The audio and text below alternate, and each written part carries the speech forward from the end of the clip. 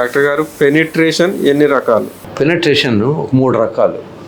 కొంతమంది ఏమో shallow penetration, only పైన పెడుతుంటారు.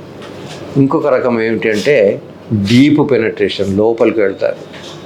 ఇంకొక రకం ఏమిటంటే ఇంటర్మీడియట్, ప్రతిసారి ఇలా పెడతారు, తీస్తారు, మళ్ళీ పెడతారు, మళ్ళీ తీస్తారు, మళ్ళీ పెడతారు, మళ్ళీ తీస్తారు. దిస్ ఇస్ ఇంటర్మీడియట్ పెనట్రేషన్ అంటారు. ఈ 3 రకాలు మంచివే. చాలామందికి వాళ్ళ మీద వాళ్ళకు కాన్ఫిడెన్స్ లేనప్పుడు ఒకసారి మాత్రమే పెనట్రేట్ చేసి లోపల అలా ఉండగానే వీళ్ళు స్ట్రోక్స్ ఇస్తుంటారు. అలా కాకుండా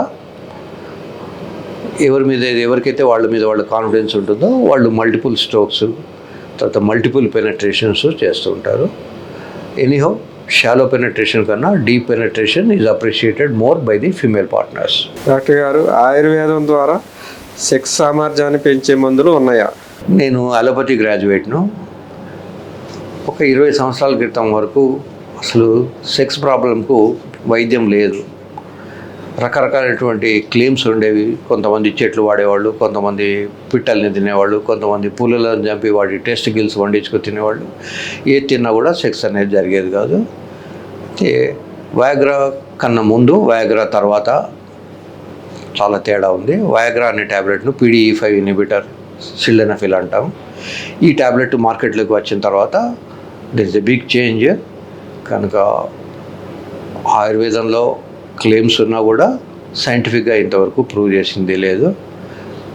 ఈ ఆయుర్వేదం పేరు మీద కొంతమంది సిల్డెనాఫిల్ లాంటి ట్యాబ్లెట్స్ కూడా పౌడర్ చేసి వాళ్ళు మిక్స్ చేసి ఇస్తుంటారు. కనుక ప్రతి ట్యాబ్లెట్లో ఏముంది కంటెంట్ అనేది కనుక్కొని అవసరం అనుకుంటే ల్యాబ్లో టెస్ట్ చేయించుకొని దాన్ని కన్ఫర్మ్ చేసుకొని వాడుకోవడం వల్ల హెల్త్కు మంచిది. డాక్టర్ గారు, శీఘ్ర స్ఖలనానికి ఏ ఆపరేషన్ చేస్తారు? మీరు చేస్తారా? శీఘ్ర స్ఖలనం, శీఘ్రం అంటే తొందరగా, స్ఖలనం అంటే ఇజాక్యులేషన్, బయటికి రావడం. దీనికి చేసే ఆపరేషన్ పేరు డార్సల్ న్యూరెక్టమీ అంటారు.